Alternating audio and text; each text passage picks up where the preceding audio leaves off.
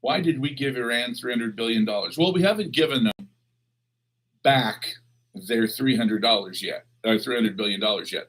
And by the way, it's their money. That's why we're giving it back to them. It's not a matter of, hey, man, we just decided out of the kindness of our heart we were going to give them $300 billion. That's their money. And we took it and said, hey, we have nukes. What are you going to do, bitches? And the same thing we did with the Russians. It was the same amount. We took $300 billion from the Russians when they went into the Donbass and in Ukraine. You know, I mean, this is what that's what America does. What we do is we play arbiters of peace and justice.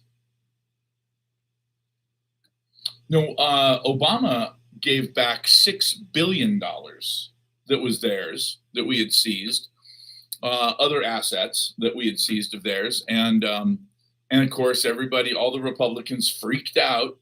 Oh my God, you're giving in to the radical Islamists who hate America. They hate America, death to America. They say that every morning at breakfast. They have death to America O's that they put goat's milk on and eat for breakfast, along with their hostilios.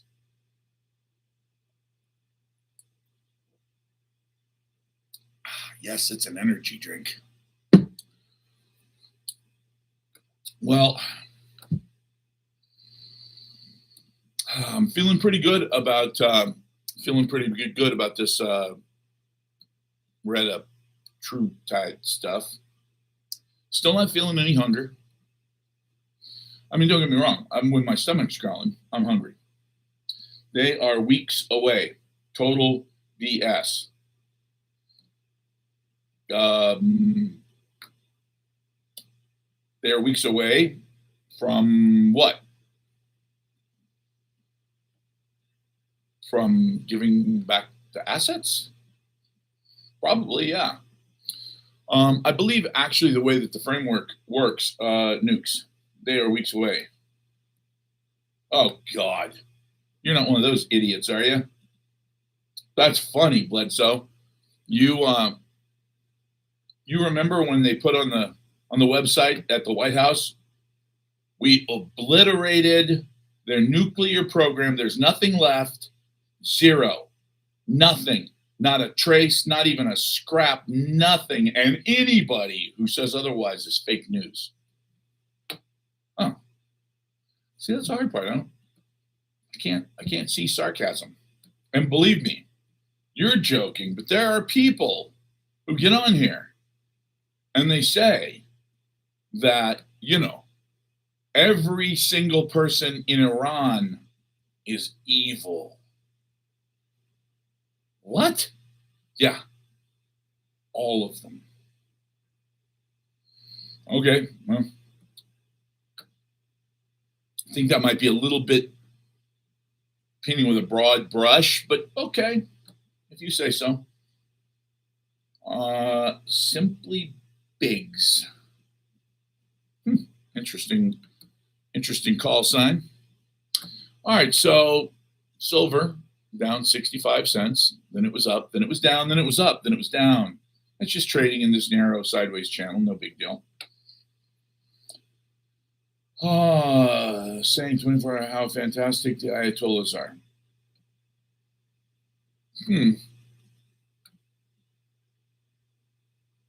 That's weird. I don't remember. Well, I mean, 76 was a little before my time, so I do remember that. I learned after the fact that that the Shah of Iran was quite the asshole, and because of that, the people of Iran wanted a change.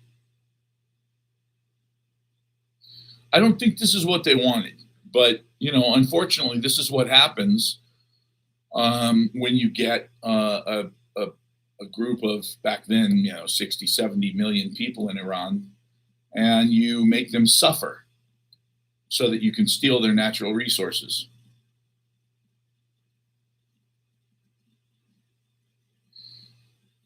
John, you are 100% correct. When it's all said and done, our government is still lying to us about the Epstein files, about who shot Charlie Kirk, about who shot JFK, about who shot RFK's dad, about everything. They're lying to us about everything. They lied to us about Vietnam. They lied to us about Iraq. They lied to us about Iran. They lied to us about Afghanistan. They lied to us about everything. Okay. Well, I guess that's what we deserve. Yeah, it makes sense that there were only 30 million Iranians back then.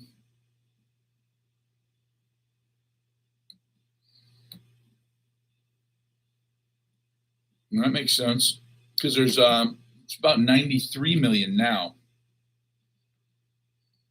Oh no, Korea was the real thing. We really needed to stop the communists. Jesus.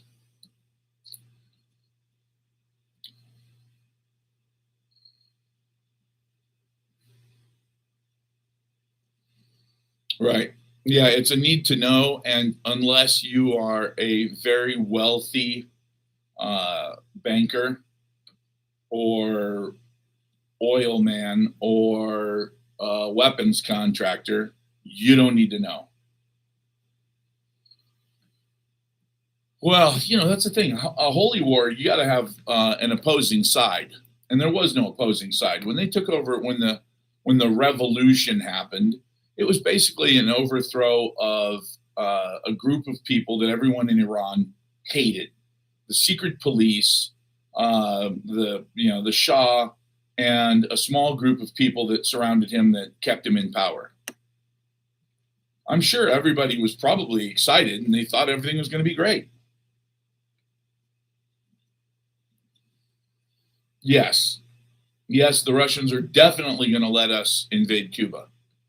No question in my mind that they will. And the reason is that we have this sort of tacit agreement with them.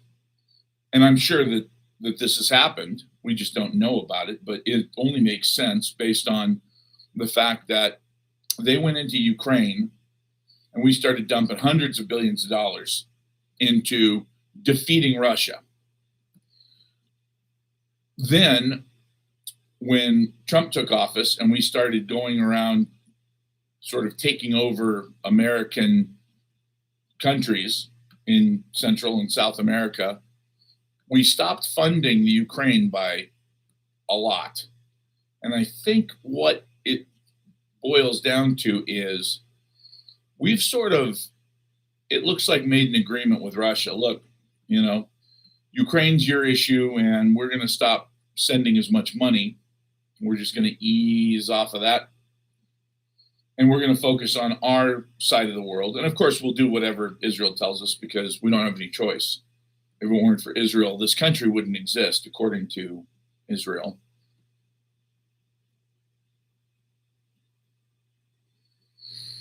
As a matter of fact, JFK said that he was going to withdraw the 5,000, or was it 500?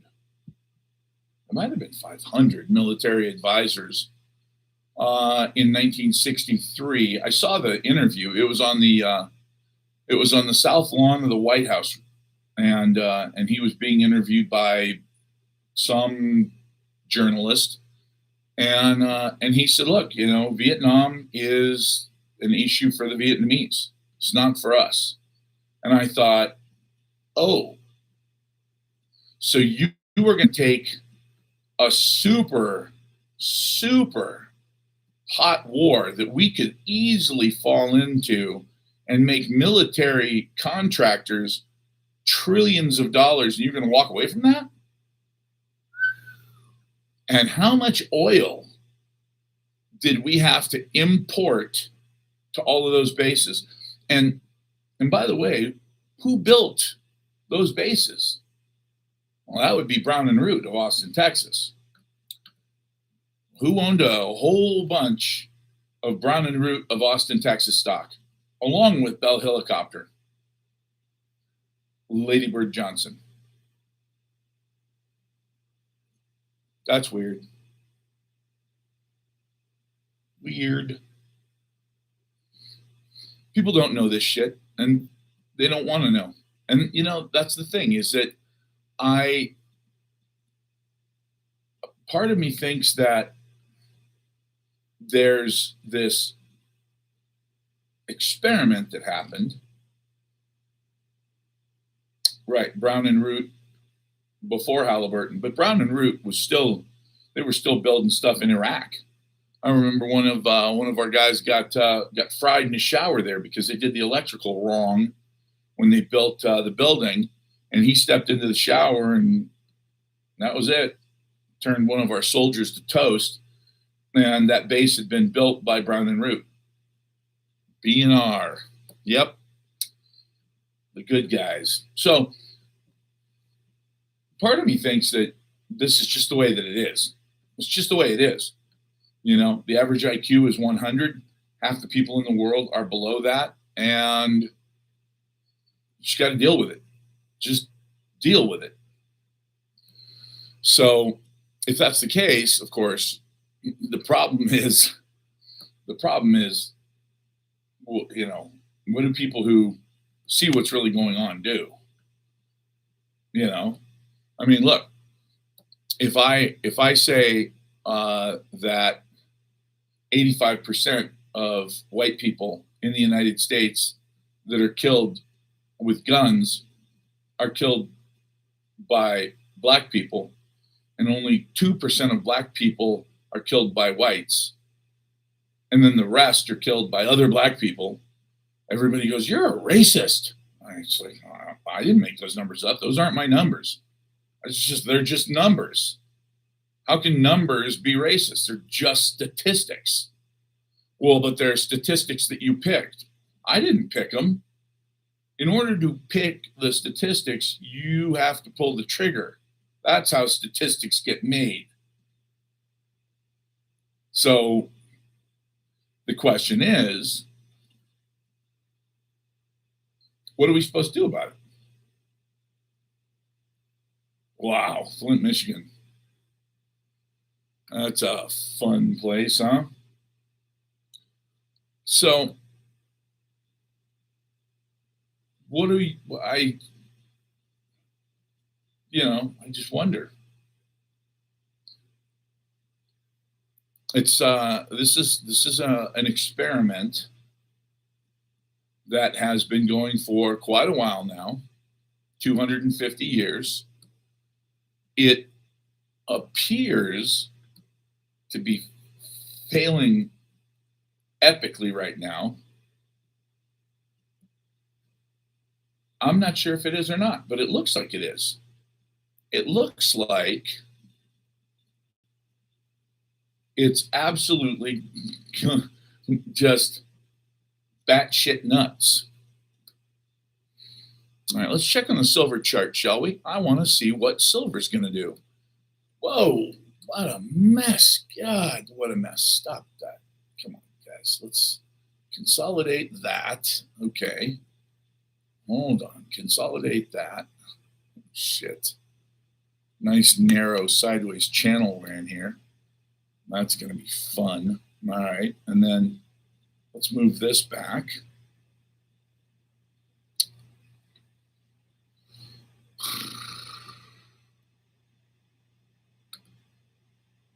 All right, let's squish that a bit more. And there we go. All right. Now, what is our 200-day moving average? That is my little white line. You know what? Yeah, this is that's too much time. I don't care about all of that time. Let's get in here and let's do that. Let's do that.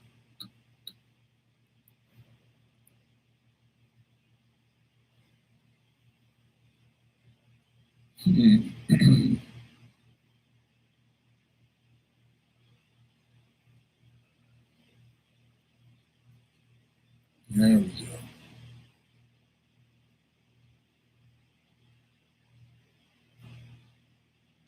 So we are below 200-day moving average. What's going on? I don't know. Where's my RSI and MACD, boys? Do I not pay you for this?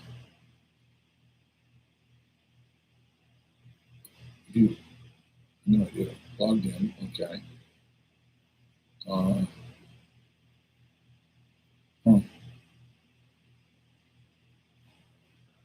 Okay. Indicators.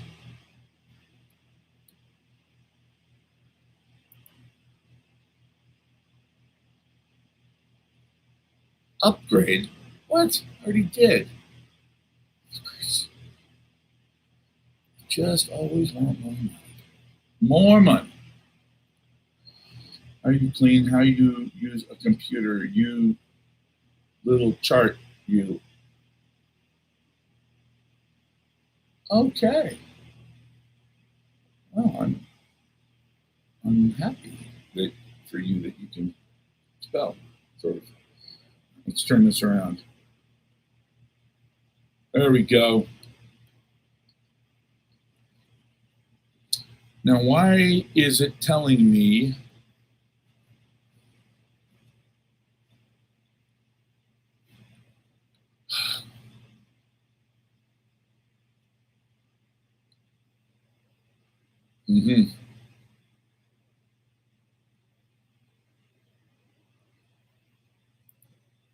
Oh, I get it.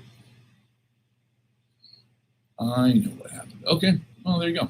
That's all good. Okay. Now let's go to USPS tracking on the way out for delivery Thursday, July 2nd by 9 p.m. Thursday, July 2nd by 9 p.m.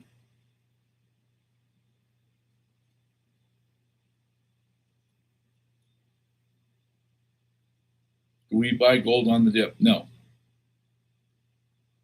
I mean, you can. But if you're looking for a store of value and you want to make money on it, call me. That number right there. That one. And I will get you into silver. Whatever you would have made in gold, and you will make money in gold, you'll make between 200 and 300% more in silver. It's the way it is. They literally they've been tracking these numbers for a long time, going back to the 50s, 60s. It's pretty much always the same. Whatever gold does, it does first. That's sort of our indicator that, okay, something's going on here. And then silver usually lags behind a little bit. And when it goes big time. All right. So, and by the way, I would suggest copper too. I would suggest getting a hold of some copper. I'm working on that for you as well, because I believe that copper is definitely a good idea. Not a lot, but again, if I can conquer this idiotic, we've got to have. What are they selling it for?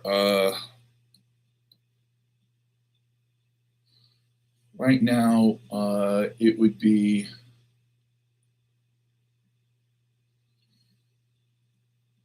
$800. $800. No, thank God. $80. They're selling copper for $80 a pound. Right now it's at $6 a pound. And the idea that somebody is going to charge $80 a pound instead of $6.50, that's nuts. But apparently that's just, copper is different than, because you can get 1,000-ounce bars of silver. and you can get them relatively cheap as far as the premium, very close to spot. However, it's a 1,000 ounce bar, basically 70 pounds. I know I've handled many of them. And using it for something would be difficult because if you want to carry a cup of them, you better be very, very strong. So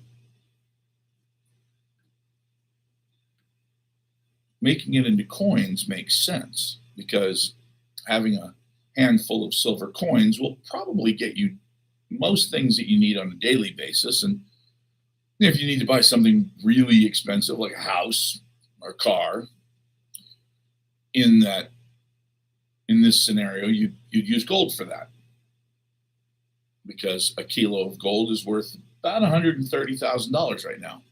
That's a pretty decent amount of money. So if you had a couple kilos, which is about 60 ounces, if you had a couple kilos of gold on you,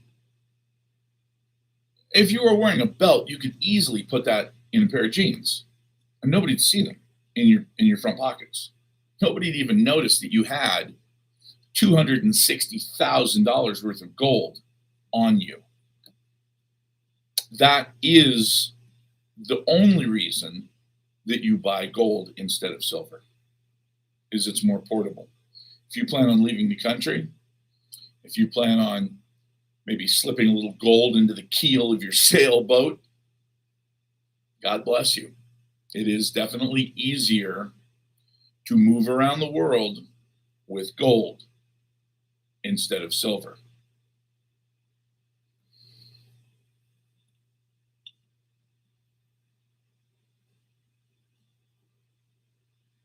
Not that I would ever put gold in the keel of my sailboat,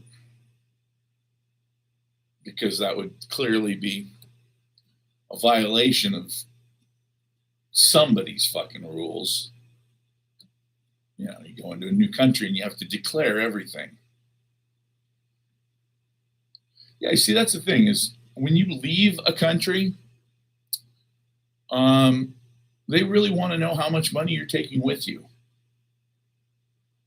And if you go into a country, they're not as concerned as if you were leaving their country with that money, but they still want to know. And so, you know, different countries have different rules. There are some countries where you show up with a driver's license and they'll say, all right, you're fine. Others, Europe, where if you don't show up with a passport, then you're in deep shit. Well, it really depends on whether it's a short-term or a long-term gain. If it's a short-term gain and you made a whole bunch of money on this gold really fast, I'll give you an example. Between September and December or January of this year, gold went up very quickly. Obviously, silver went up more, but you get my drift. If you'd purchased gold in July of last year and you wanted to leave the country in January, yeah, the U.S. government would definitely want more than 14%.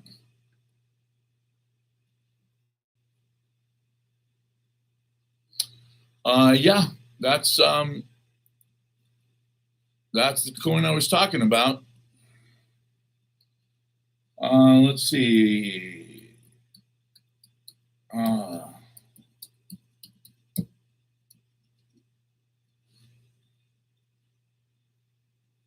And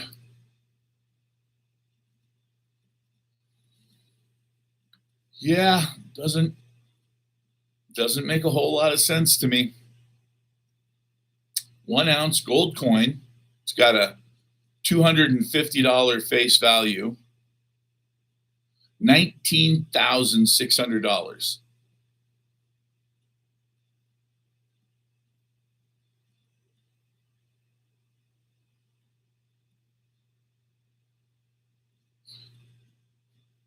That's interesting. It has a $250 face value.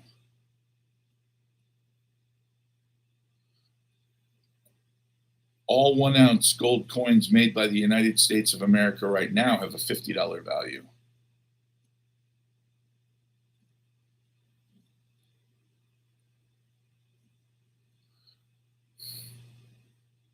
That's an increase of 500%. The price of gold is $4,000.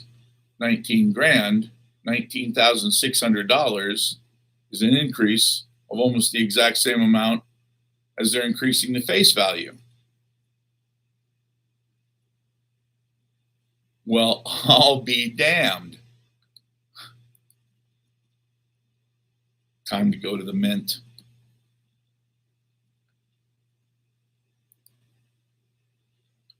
Okay.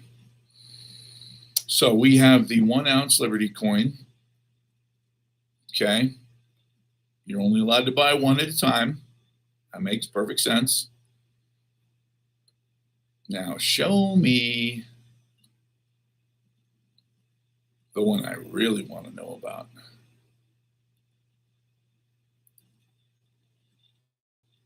Because what I really want to know about is the silver one.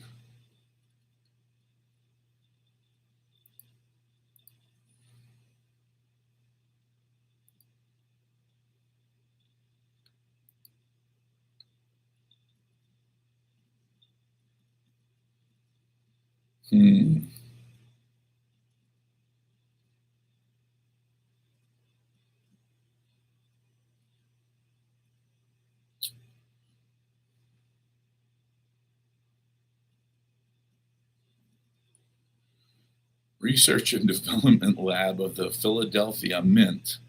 Okay, that's interesting. They're not being minted at West Point like Eagles are.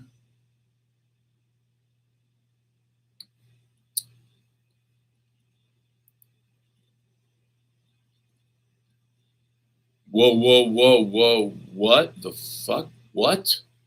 1/2 ounce silver. It's $750 for a 1/2 ounce.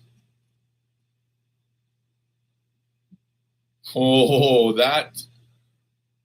See, when I was looking at it yesterday, I was like, okay, if gold were to go to 20 grand, you don't go 20 grand with gold and then 750 with silver. That doesn't make sense.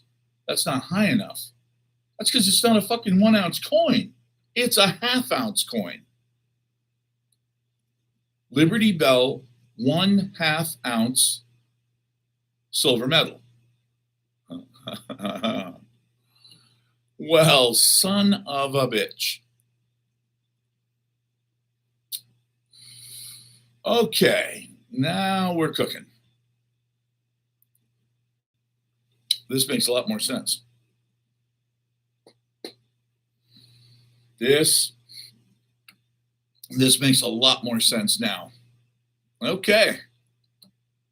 All these numbers actually do line up perfectly. And what does it say? Yep, 125 for the 1/2 ounce. Now, here's the funny part. I don't see a value on the silver coin. I don't see a dollar value.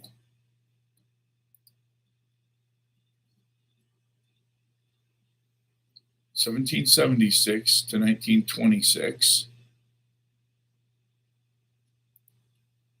But there's no monetary value on this.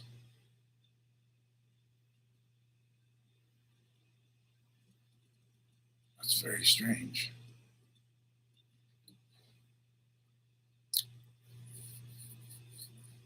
Yeah, I thought it was a 1 ounce coin. That's a big difference.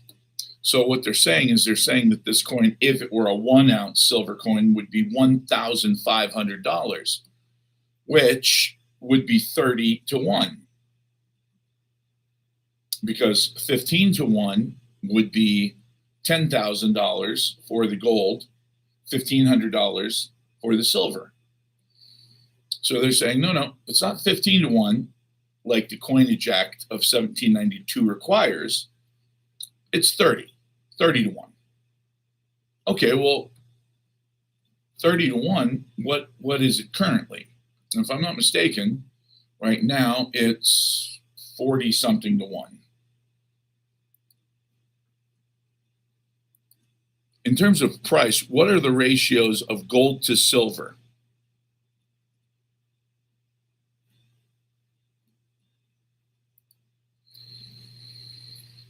Okay, standard, blah, blah, blah. Okay. Coinage Act of 1792, governments fixed the ratio at 15 to 1 to 16 to 1 to stabilize currencies. Okay.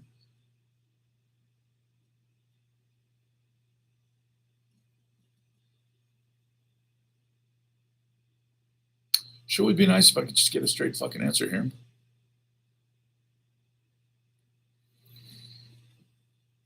Okay. What is the gold to silver ratio today?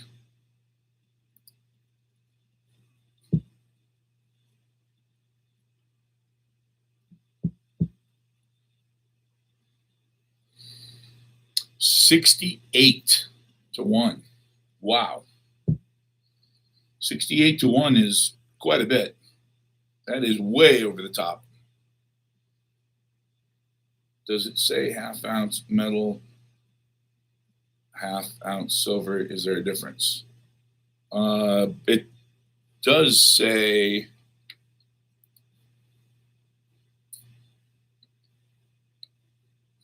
no, it doesn't say half ounce silver metal. It says half ounce silver metal with a D. Big difference. I can see where that would be confusing.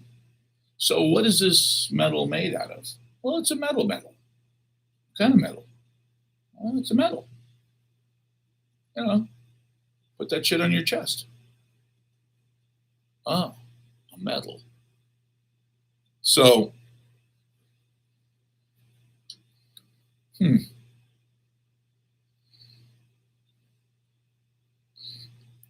don't think this can be answered, but I'm going to ask anyway.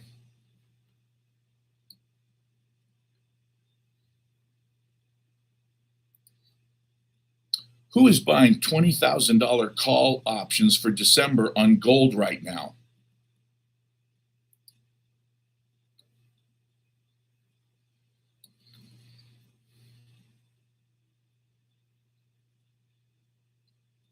Oh, motherfucker. I love it. They say they can't answer that because the entity purchasing $20,000 gold call options for December 2026 remains anonymous, but data shows the trades are being driven by large institutional desks, hedge funds, and macro traders.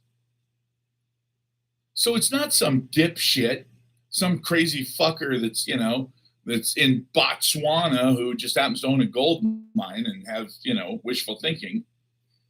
That is very, very interesting.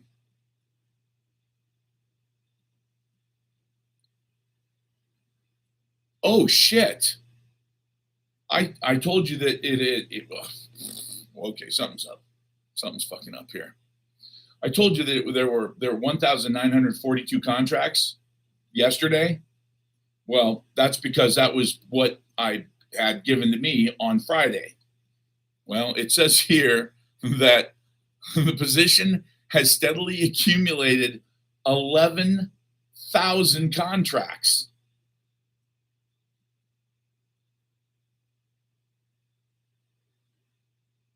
That's That's 36 tons of gold.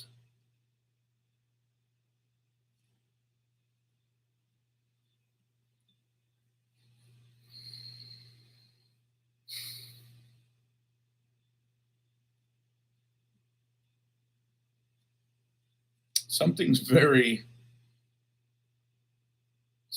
interesting is going on here, guys.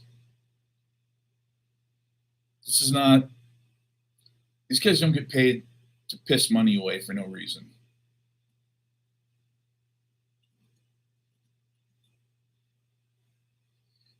It could easily be.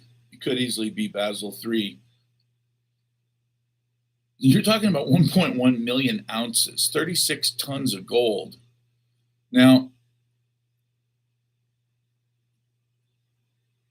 the theoretical maximum payout, if gold spikes to 20,000 by December, is $5.5 billion for whoever's buying these contracts. But you have to understand, this isn't some person who thinks that maybe he hopes that gold goes up. You don't spend upwards of $8.5 million on call options, if that's the case. A call option is very simple. I'm saying that the price is going to be at a certain level, and you don't think it's going to be, and you actually have the gold. And you say, I'll tell you what, if you think it's going to go that high, I'll sell you the option to buy my gold at whatever the price is that we decide. I'll give you the option to buy that gold up to December. And all you have to do is give me $8 million now. And I say, okay, here's my $8 million. Now, if I'm right and gold goes way up, I could make $5.5 billion. If gold, remember, gold's at 36 fucking hundred right now. If gold doesn't go to $20,000, you keep my $8 million. It's yours. And you keep your gold. That's yours too. Whoa.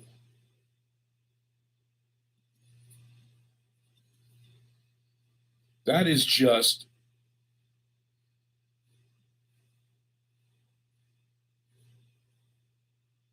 that's just crazy.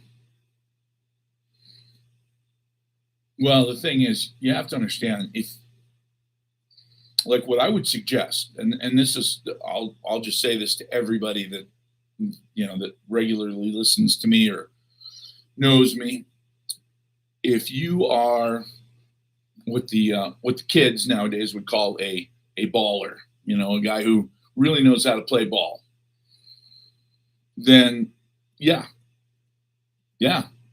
you should probably be looking at this and going, all right, I'll spend a few grand on this, no problem, why not? Because if it's right, it could pay off by hundreds of percent, several 100%.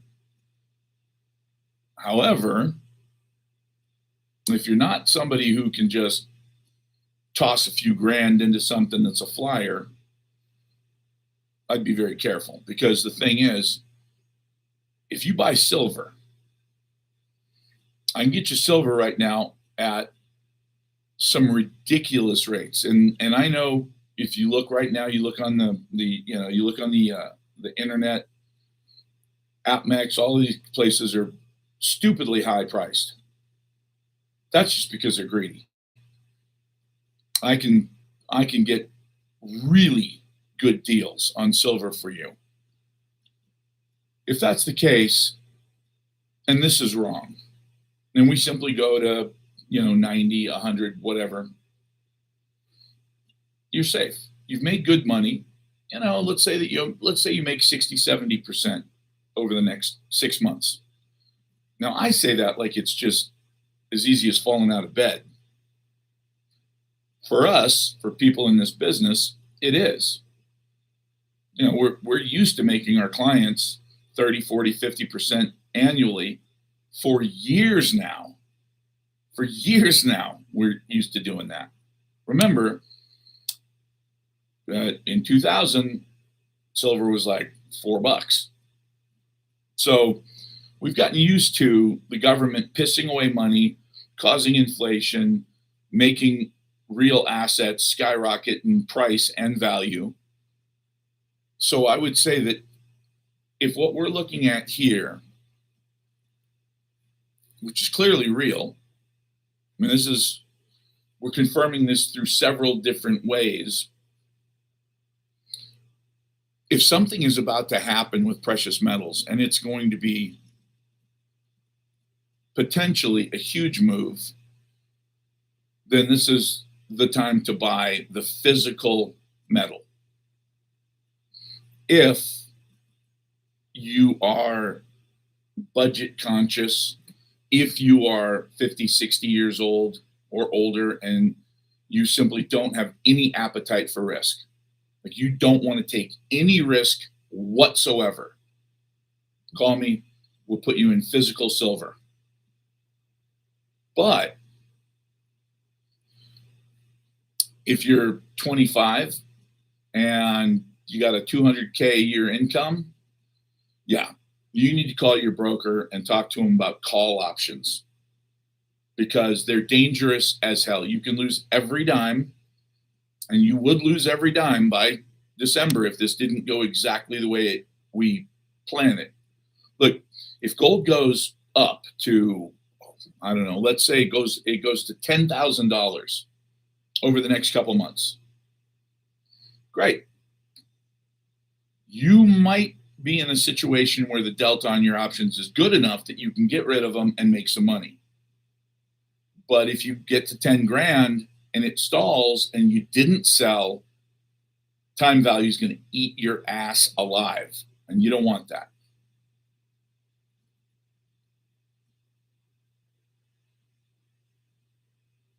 Oh yeah, the dip right now is, the dip is exactly what we thought it would be.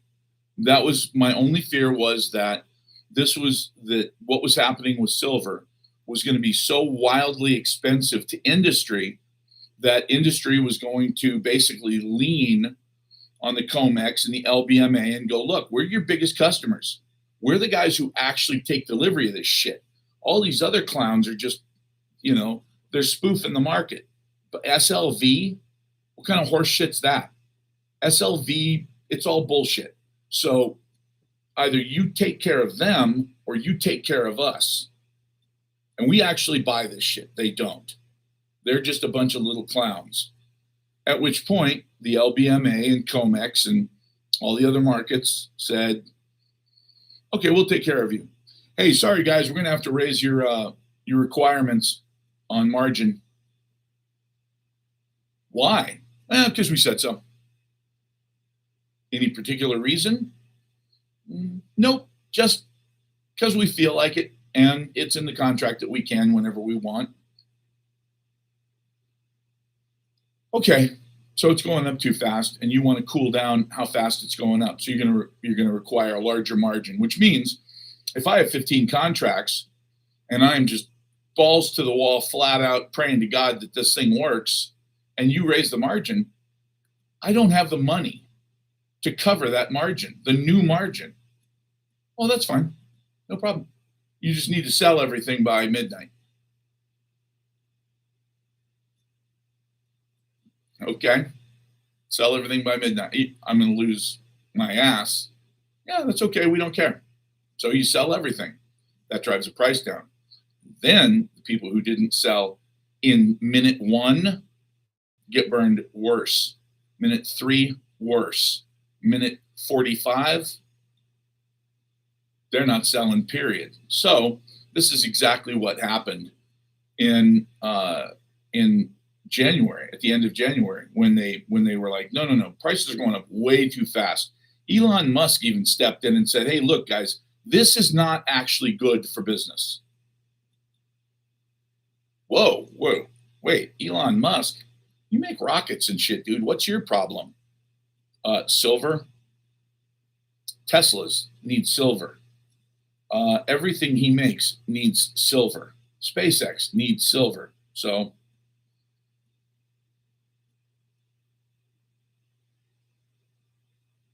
Did we take money from other countries and give it back later? Did we take money from them? No, we didn't take money from them. They had money here. If you're talking about like the money that we seized from Iran or Russia, yeah, you literally said it wrong, and they were like, no, we don't do that. Yeah, we do. Google, does the United States ever seize assets of other countries? And I'll do it for you. Does the United States ever seize the assets of other countries? Yes, the United States routinely freezes the assets of other countries and, on rare occasions, takes the further step of seizing or liquidating them. No, motherfucker, we don't just take them, we spend them. There is a distinct difference between the two actions, by the way. There's freezing, blocking, which is highly common. The U.S. government, through the Office of Foreign Assets Control, regularly blocks foreign funds, central bank reserves, and properties from being moved or accessed. Do what we tell you, or we'll destroy you financially. We're the good guys. We're here to help. Seizing, confiscating, actual seizure, where the United States takes permanent ownership of the assets and liquidates them or redirects them, is exceptionally rare. Historical and ongoing examples. Russia. Following the invasion of Ukraine, the United States and its allies froze hundreds of billions, isn't that what I said? Hundreds of billions of dollars in Russia, in Russian sovereign assets. Well, I'll be dag-nabbed. Which eventually led to legislative efforts to liquidate portions for rebuilding. Iran. The U.S. has a long history of freezing Iranian assets dating back to 1979 and the hostage crisis. Depending on diplomatic negotiations, these blocked funds have occasionally been rerouted or held as leverage.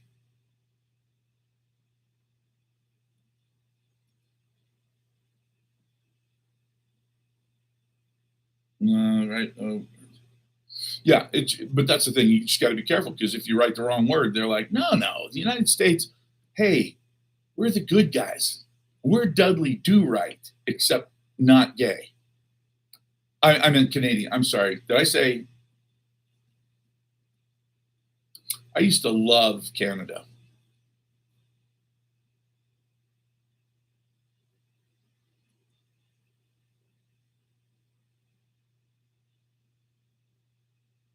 We're not Canadian.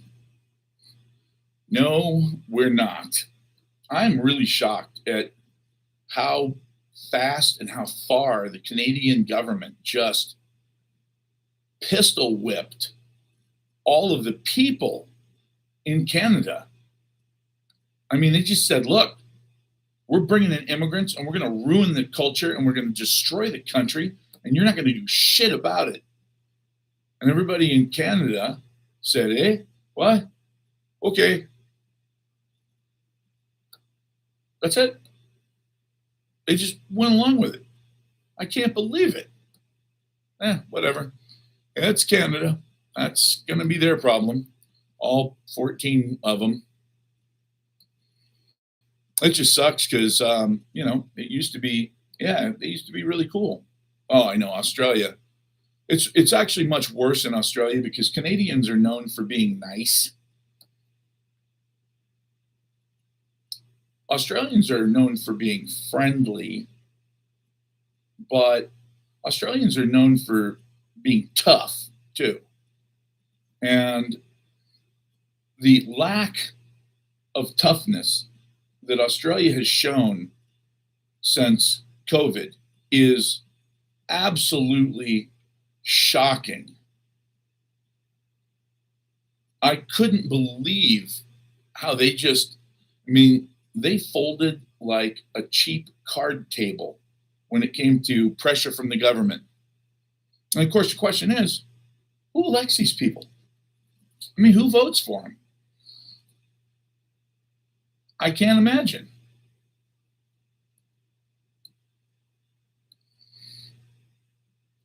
It's embarrassing. It really is. But again, that's how you destroy a culture. In order to destroy a culture, you have to turn the people in the culture against each other. That's the only way to do it. If you attack them from the outside, you just make them tougher. So, you look at what's going on in places like Germany, and it's like every single day, more and more and more. Allah Akbar, Allah Akbar. It's like, come on. If I run out into the middle of a shopping mall and I scream, Jesus saves, people will do anything from going, oh, yes, that's true. Yes, nice, crazy boy, to Jesus saves. Oh, you mean like on shopping? Oh, okay. Which store? Where's Jesus? And they'll make a smart ass comment to themselves. If I run into the food court of a mall and I scream Allah Akbar at the top of my lungs, anybody that's got any common sense at all is going to hit the floor. And they're going to lay there, spread eagle, hoping that the blast wave passes over them.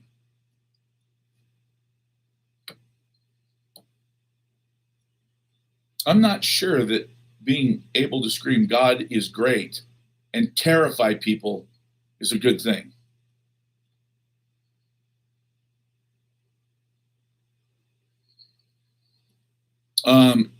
No, but I did see that we were talking about the let's see, we were talking about the peace talks. Got a bunch of peace talks going on right now. Apparently, I didn't know this, but apparently Iran doesn't know.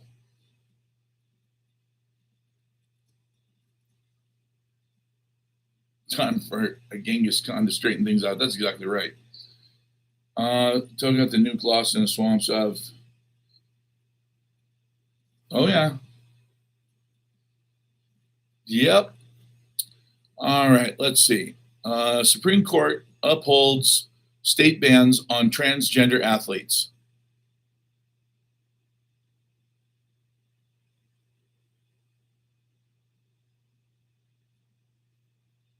Well,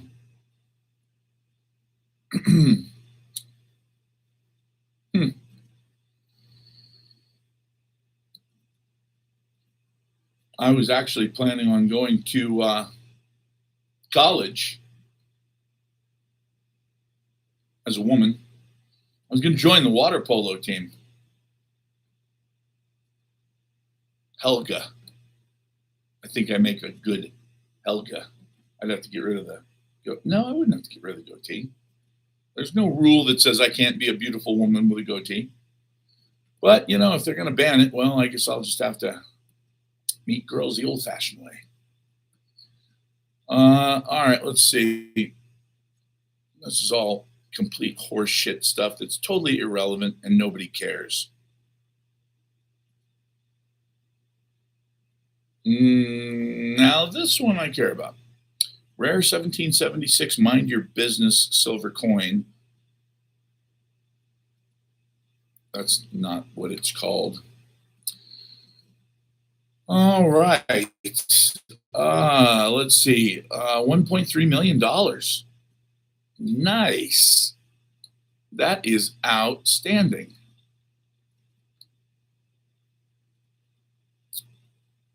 Okay.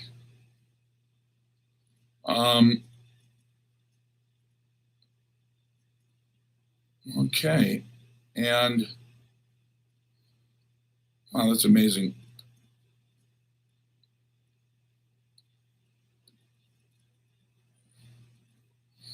There's literally not a single mention in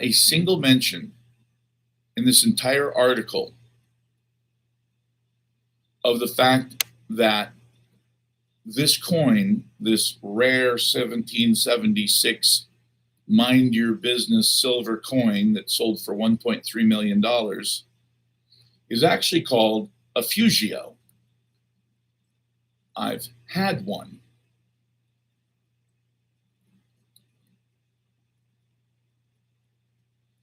A $1 coin minted in 1776 sold for $1.3 million at auction, June 25th.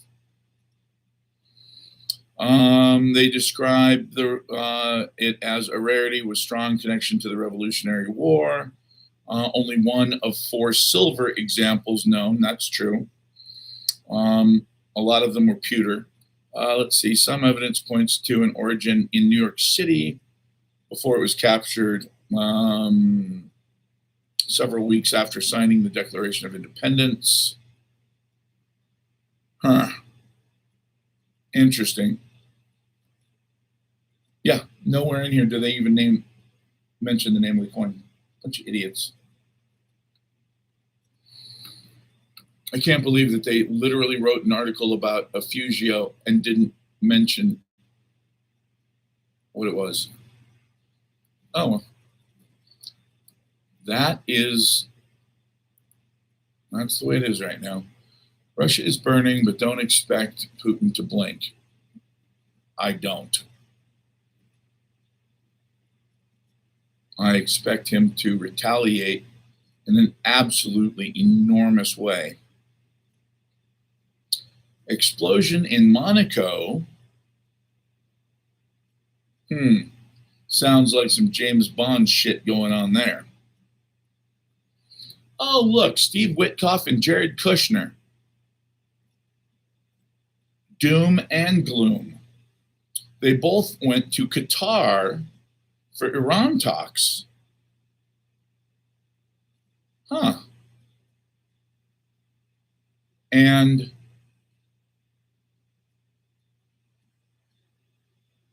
there's no Iranians there.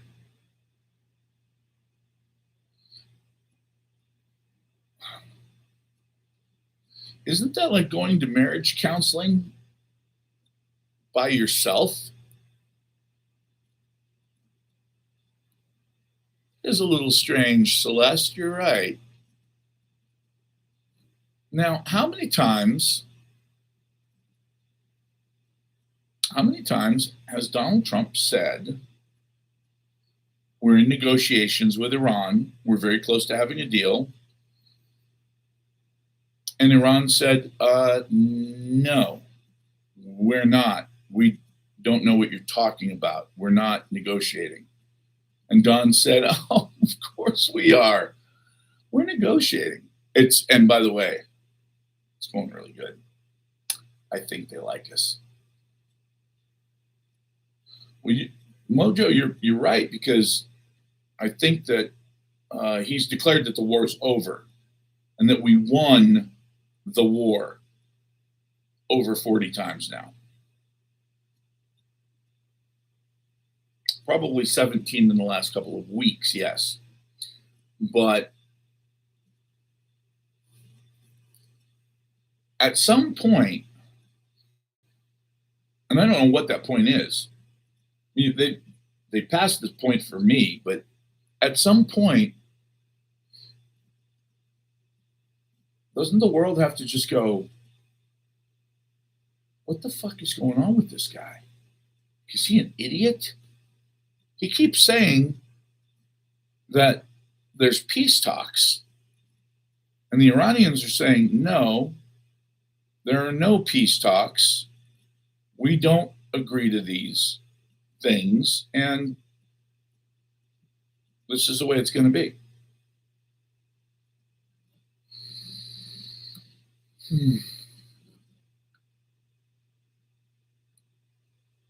Negotiations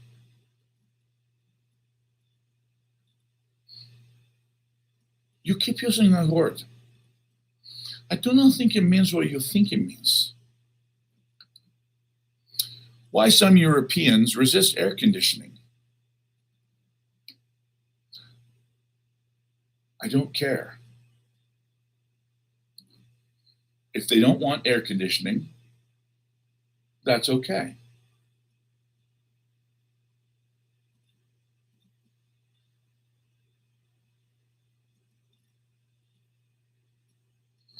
Most of the money I've made was in silver and in rare coins. As a numismatist, I only deal with really, really cool coins, which are also really, really expensive.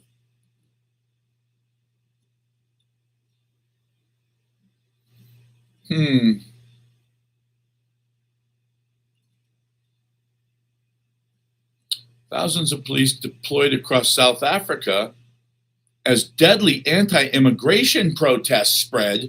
What? You mean Africans don't want Africans ruining their country? Oh my gosh.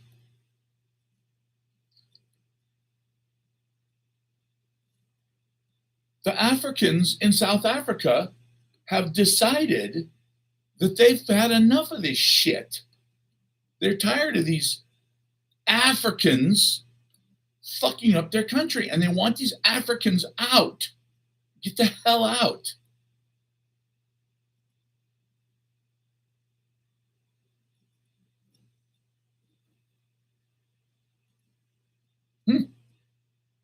Okay.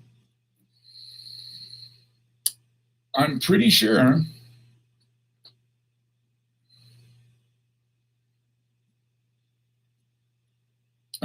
that Europe knows how you feel. Except when black people in South Africa say, we don't want these people, they're destroying our country because they're a bunch of stupid, uneducated, uncultured, horrific people who poop in the street, everybody goes, wow, that sucks. Now those same people say that in France, and it's like, oh, you are one racist son of a bitch. Okay, but so if you take the people from Africa that the Africans don't want and you move them to, oh, I don't know, Germany, how's that going to work? Well, it'll work great. Why's that? Well, because the Germans are so much better. Better? Yes, they'll help educate them. They'll help them evolve. Is that the theory? Because that's a terrible theory. That's racist. We'll just send them over here and we'll make them okay. All right, but in their own country, they did just horrible shit to each other. There's literally no laws, no government. Yeah. Genocide. Yeah. So what do you want to do with them? Send them to Hamburg. What? Yeah. I mean, you could send them to, I don't know, London. Wow. Well, it's not really going down. It's just bouncing up and down in this narrow sideways channel I was looking at. It's just bouncing up and down and up and down. And of course, every time we start bombing, it was dropping by a few dollars and then starting to rebound and dropping by a few dollars. Now it's just dropping by a few cents every time we start bombing. So the impression that I'm getting is that the silver market is starting to factor in that this is just the way it is. Roof collapses, kills 14 children in Lahore. Wow, I just saw some 60% is Muslim in Hamburg. Wow, that is really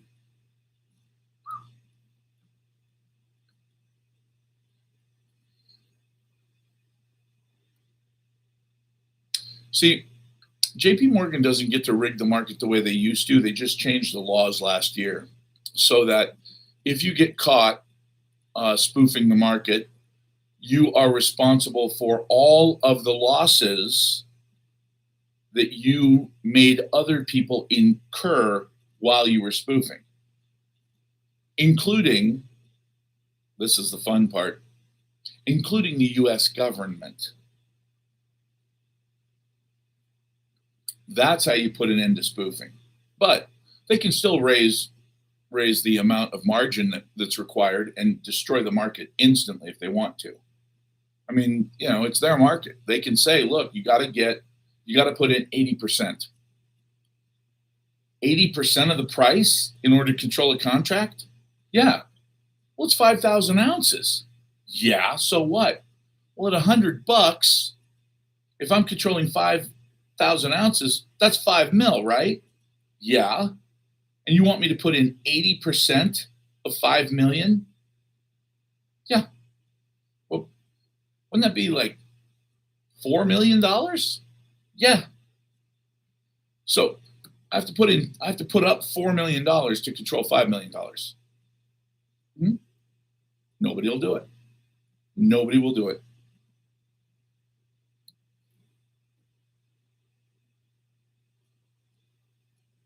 I got rid of the Jag so I could have a car that I know will absolutely start.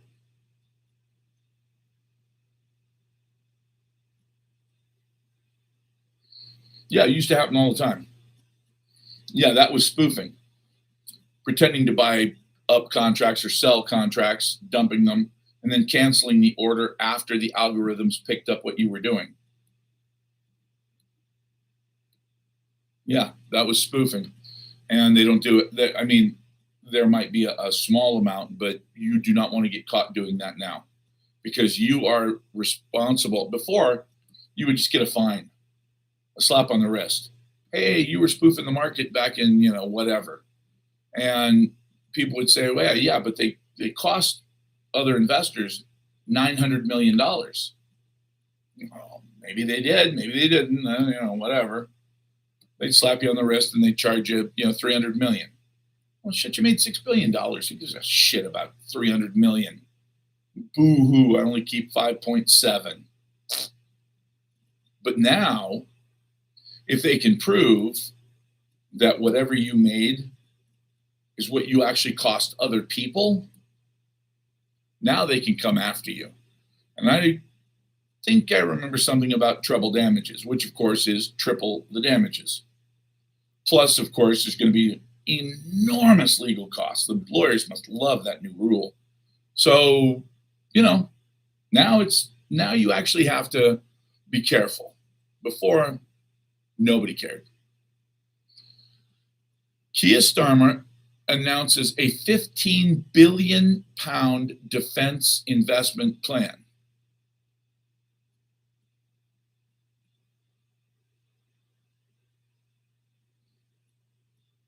$15 billion. That's cute. That's so cute.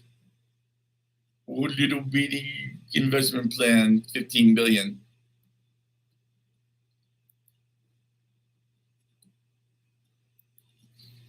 What is 1 trillion divided by 365?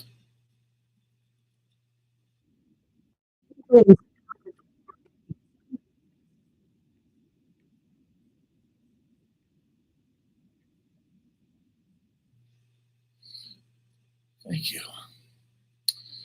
So we're looking at 1, 2, 3. Yeah. Okay. So their big new budget. Woo! Their big new budget. That's going to be a week, less than a week, of what the United States spends on defense. Wow. England, you big toughy boys. You guys are just, that's impressive. You're gonna up your entire defense budget to almost match what we spend in 5 days. Nobody's going to want to mess with you.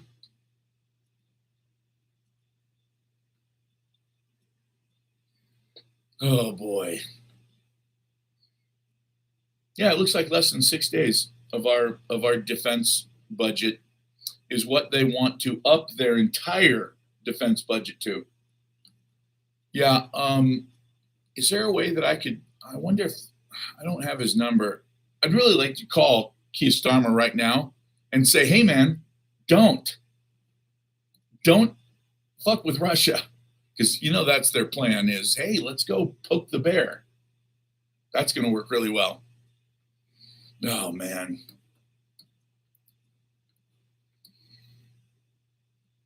Yeah. What doesn't the government want to know? They want to know everything all the time. So these new AI centers, I thought about this a little bit more because if China has over 1 billion people and they have 495 data centers that surveil them 24 hours a day, 7 days a week. Everywhere they go, everything they do, they have a social credit score system. They have, a central bank digital currency, all the things that we have nightmares about. And all of that is controlled with 495 data centers. Now, we already have 5,300 data centers around the United States. The plan is to build 3,000 more in the United States for a total of over 8,000 data centers. Call me crazy. I didn't even know we had that many fucking McDonald's. But apparently, these data centers, like, I'll give you an example. The one that they're building in UAE, I told you last night, I found out it's going to be larger than Central Park, and it will take as much electricity to run as the city of Miami. That's one data center.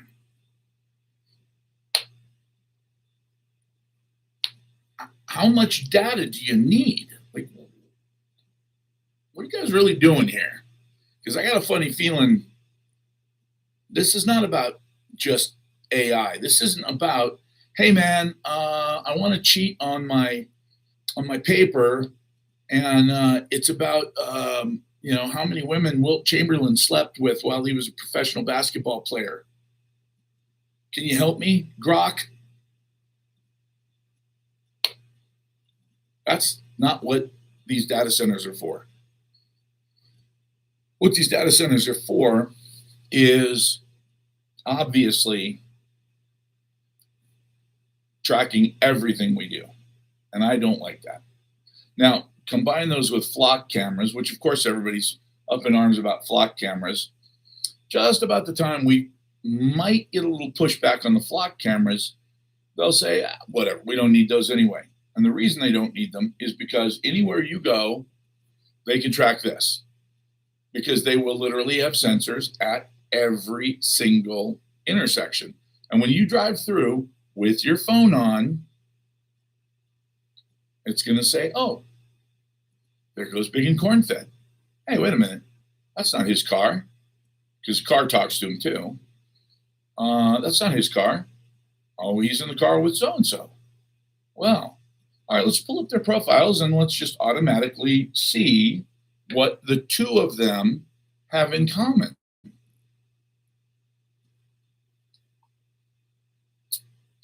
That, to me, is terrifying because it is literally going to be pre-crime. It's literally going to be just like Minority Report. Hey, you two guys, we couldn't help but notice you both read the Communist Manifesto by Karl Marx, and back in 1986, one of you did this and the other one of you did that, and so we're very concerned right now that this may be the case. And it's like, if you don't think that'll happen, look at the amount of people who have had people police knock on their door for making potentially anti-Semitic comments. Potentially anti-Semitic comments. What does that mean exactly?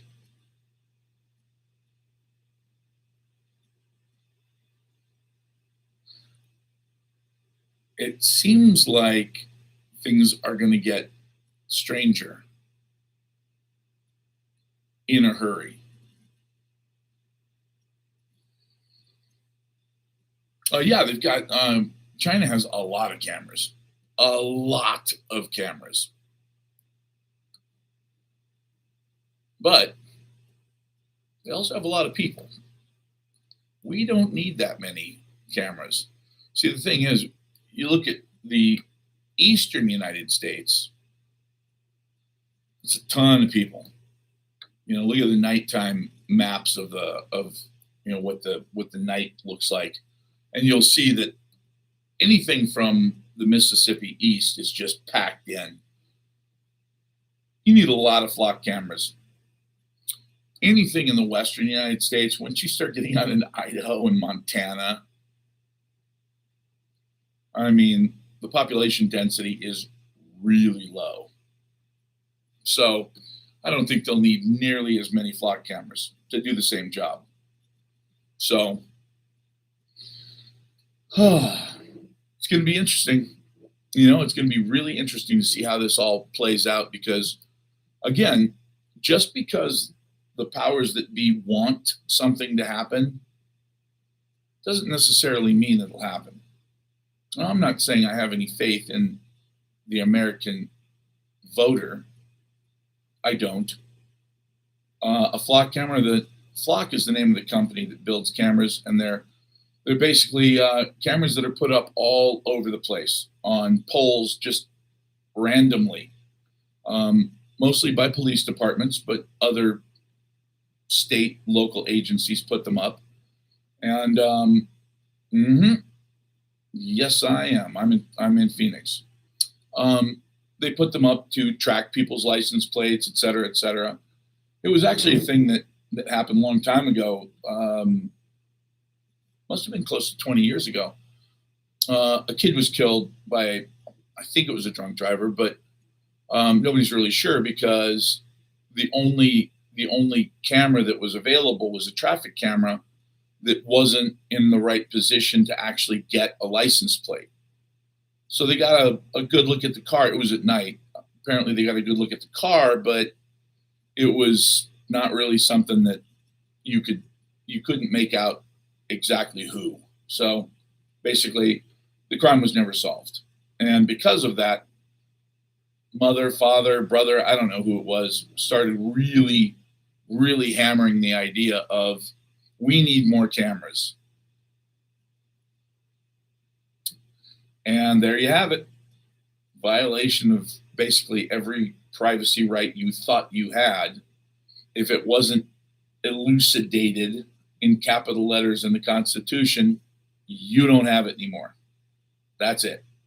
You thought you had those rights, but you don't necessarily have them unless it says you have them, and then it's got to be very specific.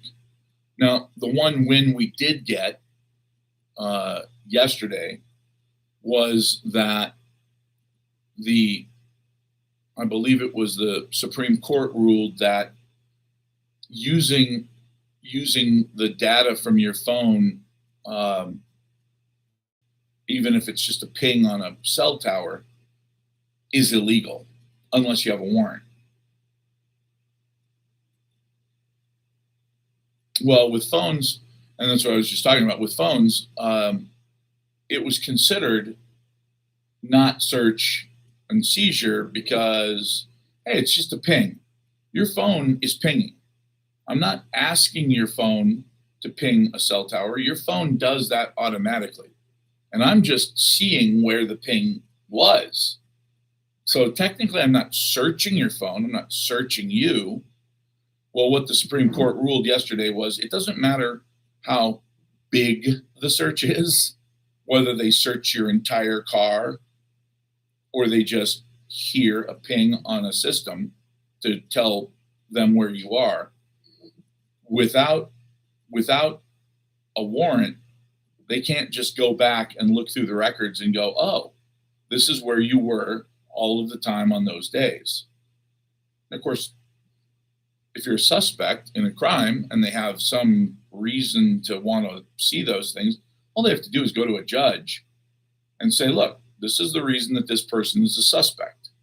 This is the reason we believe that they may have been involved. And here are all of the facts. Can you give us a warrant to check the cell towers to see if they were in that area? If there's any good evidence whatsoever, a judge would go, yeah, hell yeah.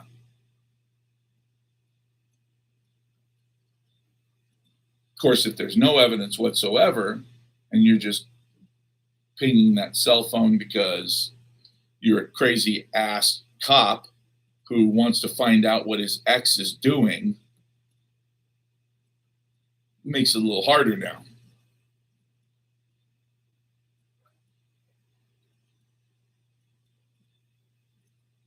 And by the way, that's what some of those flock cameras had been used for. Other flock cameras had been used to arrest people who were completely innocent.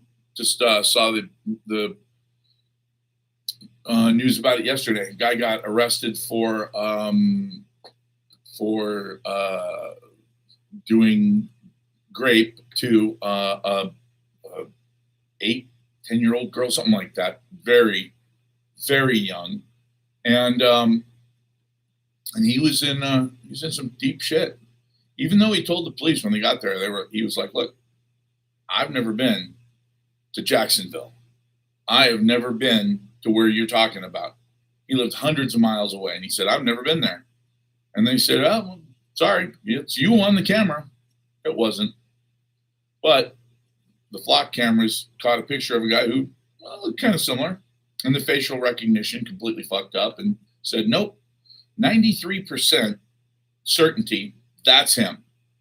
So the police went and arrested him. It took him a year to get that arrest and for what the arrest was for off of his record. You don't have to be convicted of a crime if you've been arrested for that crime. There are a lot of people out there, including employers or renters or, anything, that search your background and they see that you were arrested for something like that. They don't care if you were convicted. Nope. There's a reason wherever there's smoke, there's fire, baby. That's what a lot of people do. So, the thing is that I saw a constitutional lawyer who was also a prosecutor talking about the whole green laser thing. If you get caught destroying a flock camera, that is destruction of federal government property. That's a minimum of 15 years in federal prison. And by the way, several $1,000s per flock camera. So if you, and again, I would never do this, and I don't think you should either, but if you put a paper bag over it, that disables it, but it doesn't destroy it. But if you destroy a flock camera, there's a guy who's facing 13 counts right now. He destroyed 13 cameras. Do the math on that. 15 years each for destruction of federal government property.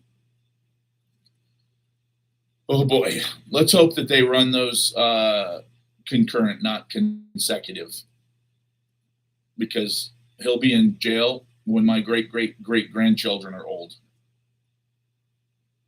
I think radar detectors are still legal. Yeah. I don't see why they wouldn't be. Look, if you're going to bounce a beam off me, I should be allowed to see it, sense it. No, I think that he says that his constitutional rights to privacy were being violated. That's why he did it. And he's going to try and make a big deal about it. They are privately owned, but because of the contracts, that's the problem. Depends on who they're contracted with. If they're contracted with the city, the state, the federal government, who knows? If they share information with all of those sources, then potentially you could be interfering with all of those sources. the bottom line is they make it so that if you go after a flock camera and they see who you are, you're screwed. So, I remember the photo radar problems that we had here in Phoenix, and they pulled the photo radar off of the freeways.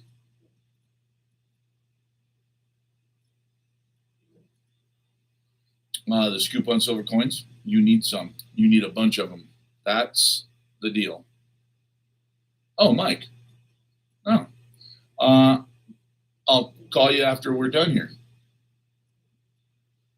It's just best to keep your nose clean. Robert, sometimes you can't. That's the problem. Sometimes you just can't keep your nose clean because the government keeps sticking their nose in your business. It's really sad because it seems as though this happens with every government, every country. They start out at point A and they always devolve. The governments never get better. They never get more clever. They never get more just. They never get less greedy. And it's part of the human condition. I get that. But at some point, and again, where's that point? But at some point, you have to say enough's enough.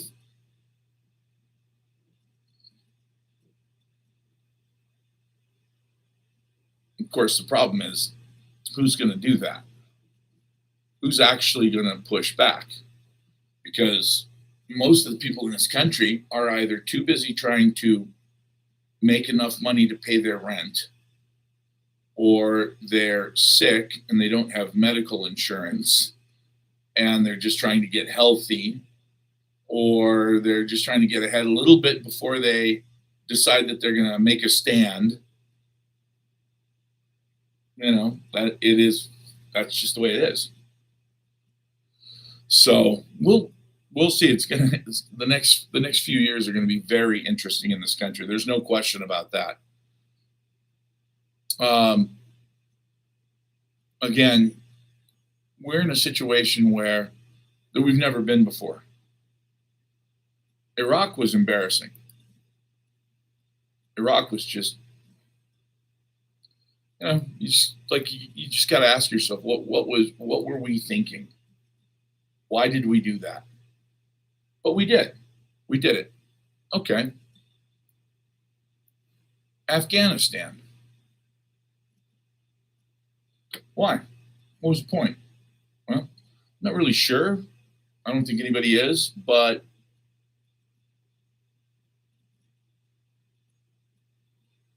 it's over. Nobody seems to want to get really down into the weeds about why. And so, as the Charlie Kirks get popped and as, the Butler, Pennsylvania attempted assassinations go completely ignored by everyone, including the guy who supposedly got his ear shot off. I mean, look, don't get me wrong. I'm a nice guy. I'm a forgiving dude. Shoot me, and I might not forgive you real fast, though. I might even hold a grudge a little. If somebody shot me, I might even whoop their ass. I mean, so for the President of the United States to show absolutely zero interest, I mean, no interest. He has less interest in who shot him and tried to assassinate him in public than Lindsey Graham has in women. Hard to imagine, I know. Well, we'll see. We'll see what happens. I have all the faith that you could possibly have in a president anymore in Don to do the right thing. But I do wonder, has anybody really looked at his ear?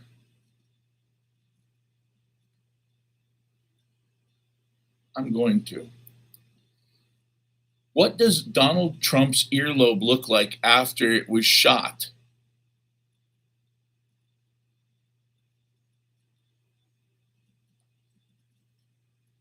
Oh. Oh, his upper right ear, rather than his earlobe, was grazed by a bullet. Really? I'd like to see that. Okay. Well, that's where's a good?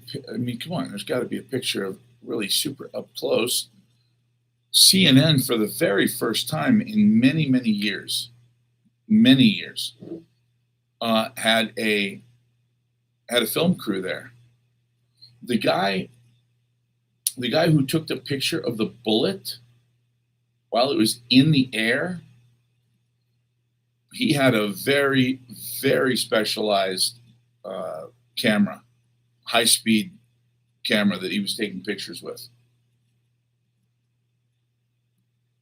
Yeah, well, I just want to see how bad it looked the day of, because the thing is, if the day of there's a huge hole, well, I want to see some scars.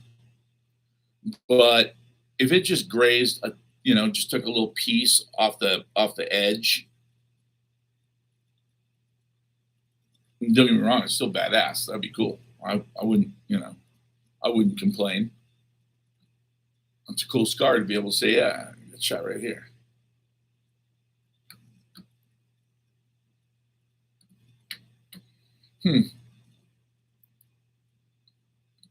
Well, that's interesting. I can't. Okay.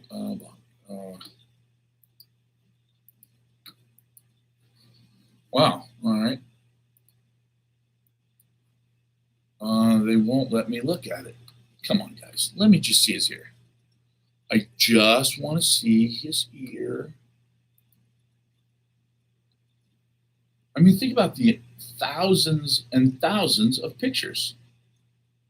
Well, it wouldn't grow back perfectly, but there'd be a little bit. There'd be a little bit of a little something there. It wouldn't be like, somebody ripped your ear off and they had to sew it back on, huge stitches everywhere. It wouldn't be like that, I don't think. But, yeah, it's hard to say. He's got that amazing blonde hair. Is that blonde? It's not like mine. I mean, it doesn't look quite like mine. It's not the same color exactly. It's more gold.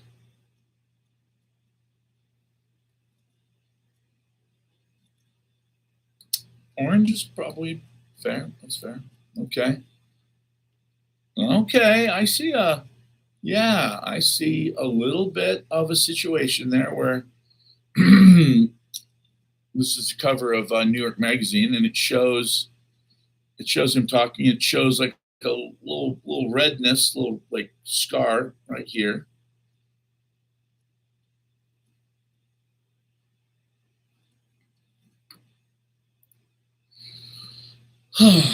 Well, I'm just really glad that the Secret Service was as good as they were that day. Thank God for them. I mean, can you imagine if the Secret Service hadn't done their job properly?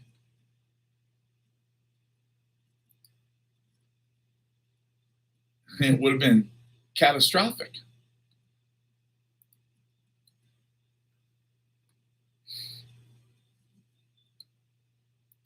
But that's okay. The good news is that all those silly sons of bitches who didn't see a guy running around on a rooftop right in front of them while people were yelling, "Hey, there's a guy with a gun on the rooftop." Those heads rolled. Did you know that? Did you know that he fired everybody in the Secret Service?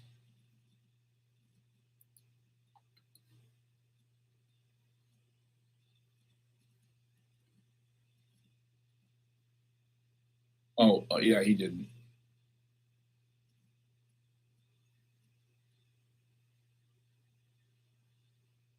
Well, let's hope your future son-in-law is better at protecting the president than these goons were. Especially that one lady who, by the way, happened to is it me, or was she also at the press ball, whatever it was, where there was another active shooter there? What was that about? Wasn't that the same little pudgy chick that couldn't find her holster with both hands? What a mess! What an absolute fucking joke! It's. I wish I hadn't seen the movie Idiocracy. I really wish I hadn't done that.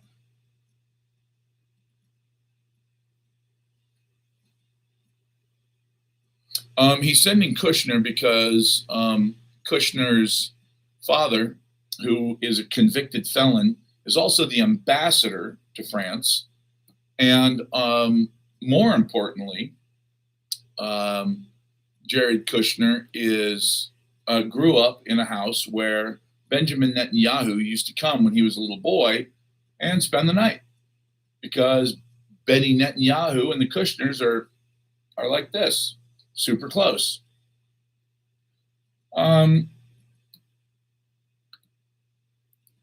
What was Jared Kushner's father convicted of? Charles Kushner served time in federal prison after pleading guilty to 18 counts of illegal campaign contributions, tax evasion, and witness tampering.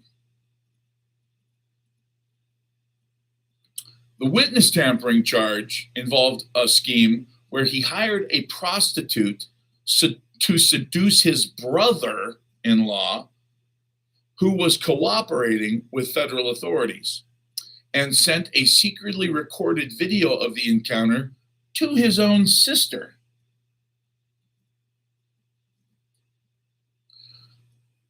The Kushners are some soulless sons of bitches. And by the way, everybody that seems to be familiar with the family says that Jared is a lot colder and a lot more efficient than his daddy ever was.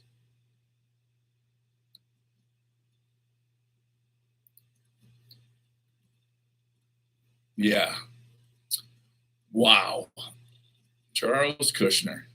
So, yeah, the Kushners are really good friends with Netanyahu. And let's see.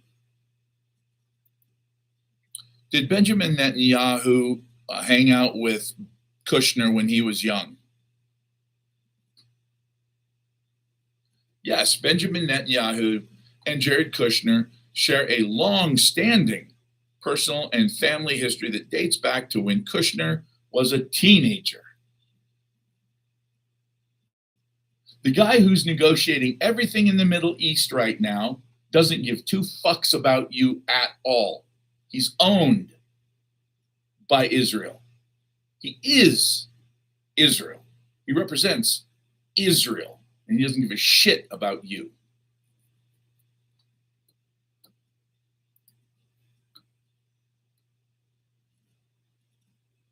But what are you going to do, right? And Witkoff. Oh, don't get me started on Witkoff. Witkoff is an unusual animal. He's the guy who never, ever, ever showed up late for work, except for that one day. One day, he showed up late for work in the World Trade Center. And that one day happened to be 9/11, when 650 of his employees died. That's right. 650 employees died. But that's okay because he did have insurance. And when he got his hundreds of millions of dollars in insurance payout, he took care of those families, right?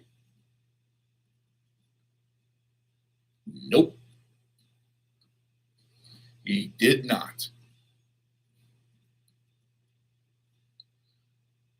Oh, by the way, just in case you're wondering, Jared Kushner says Gaza's waterfront property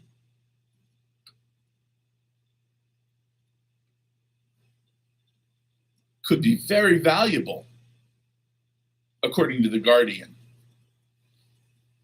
Huh. Isn't that strange?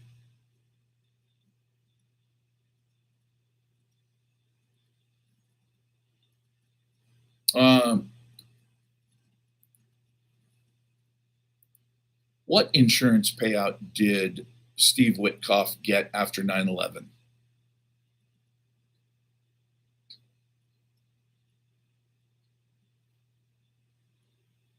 Let's see.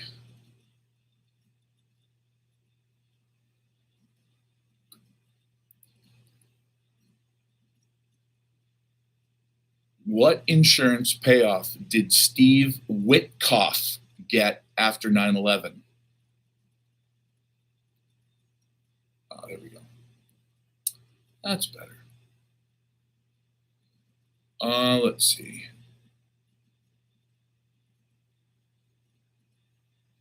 Um,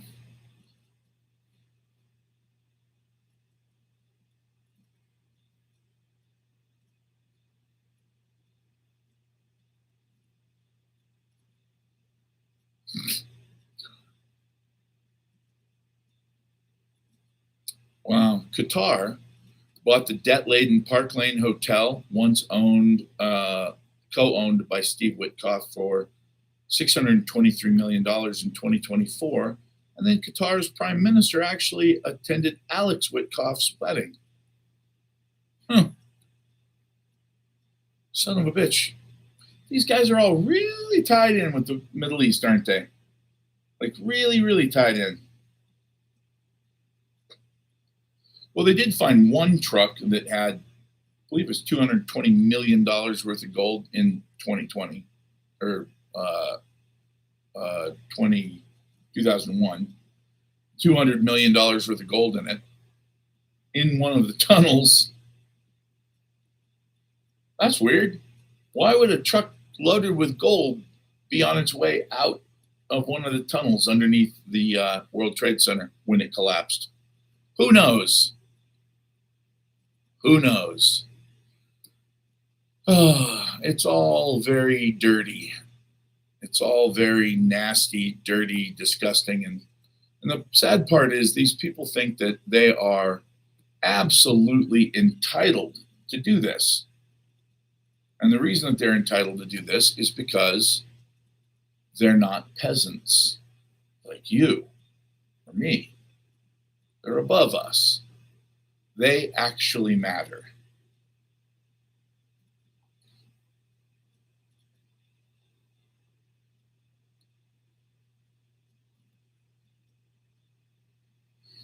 Well, the thing is, having been in and around those types of people, I can tell you that the fucking saddest part is, the irony is, they're miserable.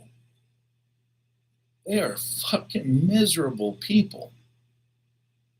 I just don't understand why they're so driven to do the shit they do.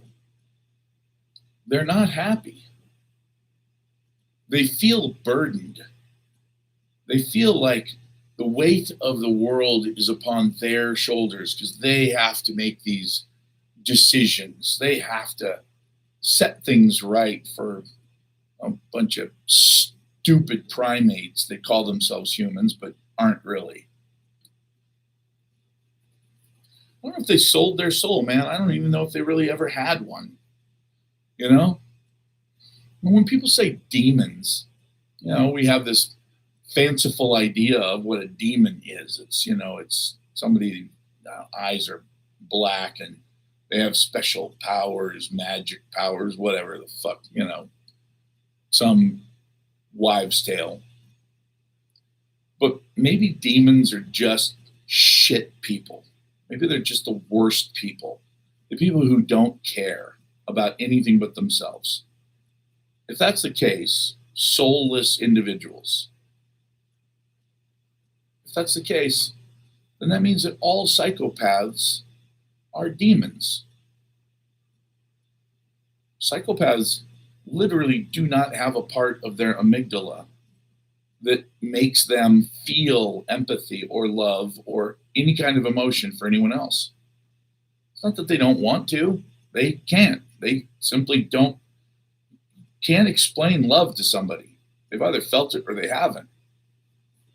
I mean, you can tell somebody who's never been in love with a woman, you say, how you felt safe or you felt this certain feeling of warmth when your parents would let you sit between them on the couch and watch the wonderful world of Disney. Oh, yeah, I remember that. Okay, well, that feeling, that's love. Oh, okay, I know what that is. They never felt that. They never felt anything. Well, you know how when you were a kid and, you'd come home and your dog would jump on you and you'd wrestle around with your dog and he'd lick your face and you just felt really like happy to see your dog. Yeah. Okay, but they never felt that. They never felt that. Ever. They never feel anything. Okay, well then, no, sociopaths are different. Psychopaths are born. Sociopaths are made. Very big difference. You can't even compare the two. Because sociopaths can feel. They don't want to. Usually that's some deep-seated trauma, like they were beaten a lot when they were kids or whatever. Yeah, apparently he said, "Oh, wow," over and over again, which I think is awesome. I mean, if, this is a guy, keep in mind that Steve Jobs, of course, he did acid, he took shrooms, he did, ecstasy. So I'm sure that he knew there was something on the other side. There's no question in my mind. He knew that. So, it just might have been a little bigger than he thought it was going to be. Well, maybe the lighting was even better. Who knows? But yeah, he was he looked very excited to go. I think that's pretty cool. I think it's really cool.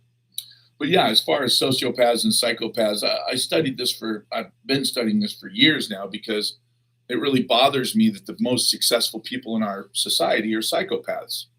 Our society is set up and designed specifically to reward psychopathy. It's the fucking craziest thing I've ever seen.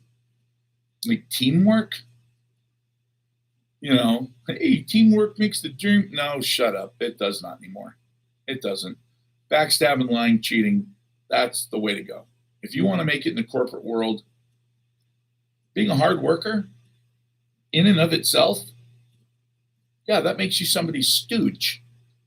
That means that somebody is going to take advantage of you, take credit for all of your hard work, and they're going to get promoted because you were too stupid to realize that just hard work alone will never get you anywhere.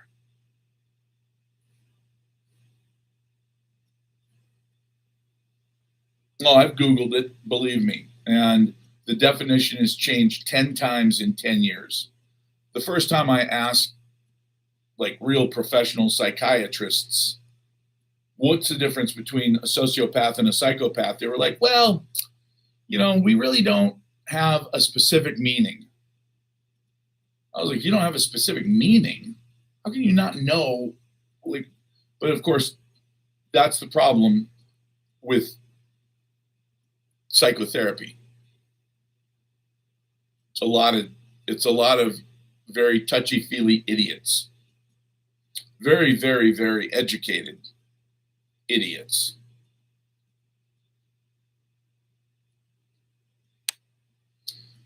Yeah, I mean, the thing is, in the world that we were supposed to be in right now, in the world that humans have evolved for, we live in small groups, maybe 100, 200, 300 even.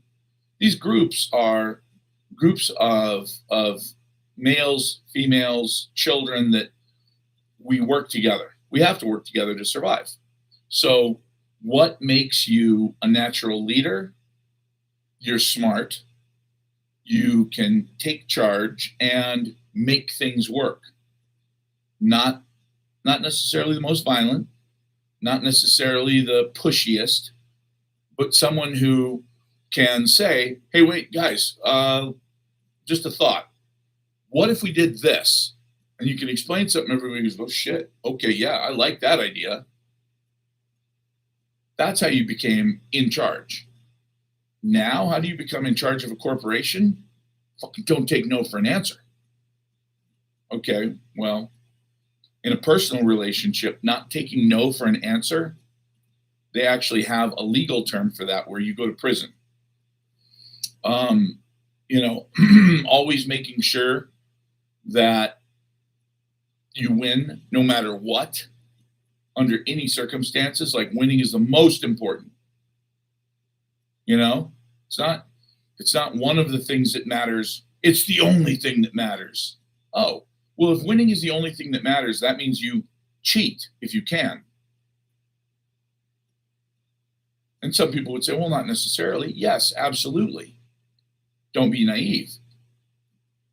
If the only thing that matters is winning, then ethics and morals and all your bullshit rules,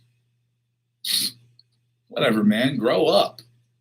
No, we said it ourselves. Winning is all that matters. That is perfect for a psychopath.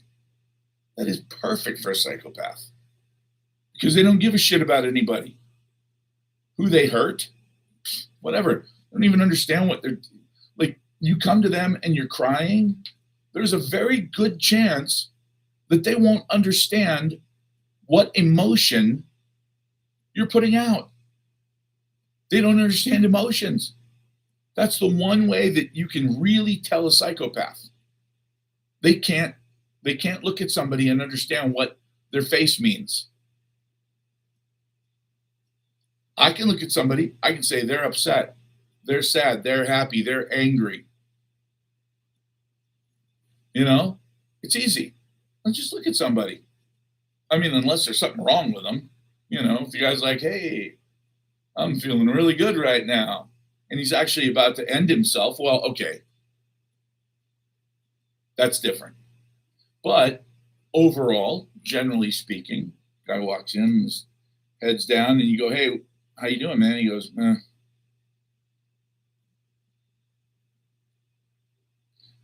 That's a guy who's basically saying, hey, I need somebody to reach out to me here. I don't even know like how to start this conversation, but I got to talk to somebody. Okay, I get that. I see that. Psychopath would never see that. Never in a million years. They'd be like, good to hear, man. Good to hear. Maybe slap him on the back. All right, so here's what I need you to do for me. Oh, what I need to do for you? Yeah, because they'll never, ever ask what they can do for you unless you are their direct boss. And then they will be sycophantic ass kissing weasels right up until they get some power. And then to everybody below them, they are rude, crude, obnoxious, and totally unapologetic about it. You could always tell a psychopath in an office setting because he or she, mostly men, will pick the weakest or the most unpopular person and be relentless with them. They'll also start a lot of shit. They will try to tear down whatever structure is in the office by going after their immediate boss, by starting rumors, that type of thing. Yeah, that's the thing is that there are some situations where a female psychopath is extremely dangerous because women are better at social manipulation because they're better at being social. Men have a different, we quantify importance of a man differently. Like, is this guy important to keep around? Well, is he sweet? Is he nice to me all the time? No, we don't care about that. You'll see it all the time. Guys are like, yeah, he's kind of a dick, but you know what? He's a good dude. Kind of a dick, but he's a good dude? What? He's solid. What the fuck is that supposed to mean? Well, it means I can count on him. Oh. Wait. So being able to count on him is more important than whether or not he's nice and polite to you? Yeah. Yeah, actually, a lot more important to me. Oh. What does that mean? Well, he may not be slick. He may not be a ladies' man and have the right thing to say all the time or ever, but he's solid. If you need his help, he's not going to give you a bunch of bullshit excuses. Oh man, I'd love to help you. I'd come right now, but I can't. I got this other thing that blah blah blah. The guy with T-Rex arms. Oh hey, is it time to pay the bill? Oh, I can't reach my wallet. I'm sorry, guys. Hey, you guys want to get this time? I'll get lunch the other time. And he never pays. Yeah. Men pick up on that shit real quick. And then, boom, you're out. You are out. Unfortunately, that's not how it works in a corporate dynamic or in politics. And unfortunately, law enforcement is very much that dynamic. And so law enforcement, clergy, obviously, men who can say that they speak for God. Talk about a power trip. Man, psychos love that shit. So you've got law enforcement, clergy, CEOs, and politicians. Those are your top four. Anybody in a corporate power structure, man, watch your ass, because they are, more often than not, they are going to, and it's perfect cover for them. It's perfect cover. What do you mean? I'm not saying fuck the environment. I'm doing what's best for my shareholders. Like, my shareholders put me in this position because they believe in me. And I'm going to earn their trust. I'm going to do whatever is necessary to make sure that I give back to the people who put me in this situation. And by the way, as a fiduciary, I have a responsibility to make them the most amount of money I ethically and morally can. Oh. So dumping toxic shit into the Ohio River? Well, I mean, I would never knowingly do that. Knowingly do that? Right. Which is why I told my subordinates, I don't want you to bring me all these fucking problems. I want you to find the most expeditious way possible to handle this. Okay? Just fix it and don't tell me about it. You understand? Okay. I'll remember you when bonuses roll around. Boom. That's it. You just told the corporate fixer to go do something insanely illegal and not get caught. That's it. And if he gets caught, well, one of two things will happen. Either the corporate attorneys will descend upon the courthouse like locusts, and there'll be nothing left when he walks out of there scot-free. Or B, they'll throw him under the bus. And he's a lone wolf acting without any corporate knowledge whatsoever. Either way, the guy at the top wins. So, that is who runs our country. That's, in my opinion, what Jared Kushner is. In my opinion, that is what Benjamin Netanyahu is. There are a lot of other people that fit that description in our government, what do? You know, I can't make the entire country vote correctly. I wouldn't even know what that is, because you're not going to get the funding you need to get past dog catcher without somebody from AIPAC showing up and saying, hey, how do you feel about Israel? Oh, I hadn't really given any thought. Oh, all right. Well, we've got a chance at love here, you know? And that's it.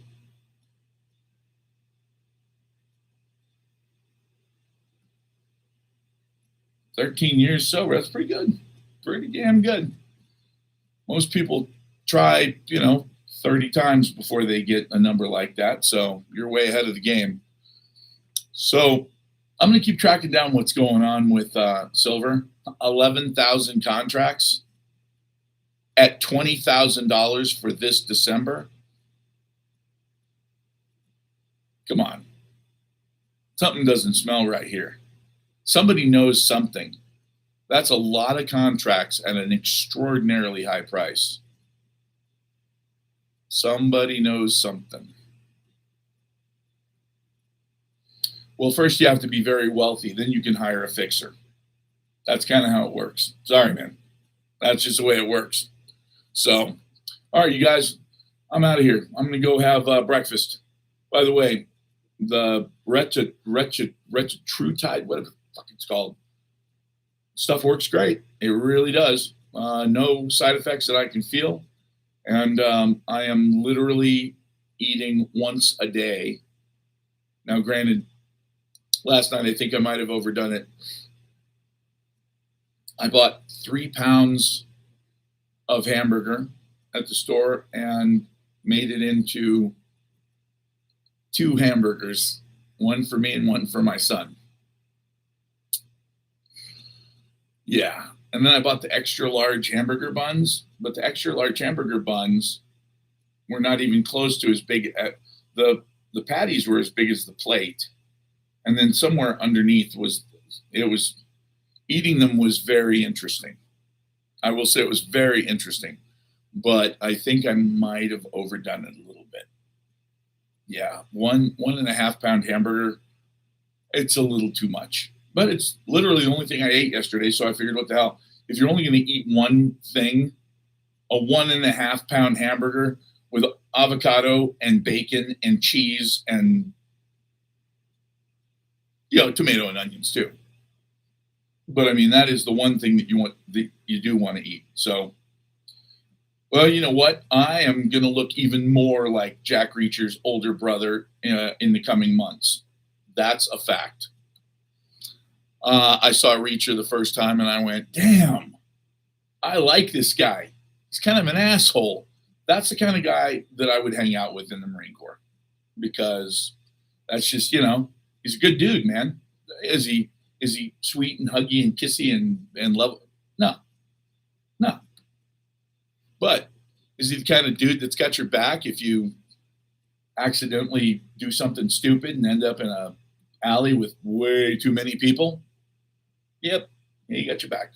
So anyway, you guys have a great night, and I will see you tomorrow, 7:00.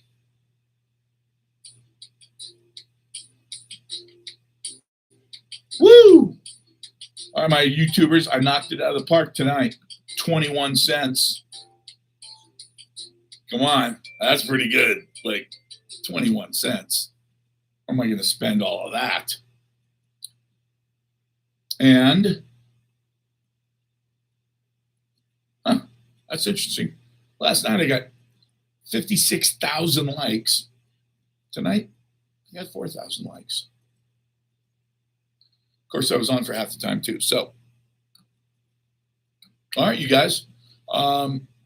Thanks for hanging out with me tonight, and I will see you tomorrow night. And if you got any questions about what's going on with silver, give me a call directly, because something is definitely up.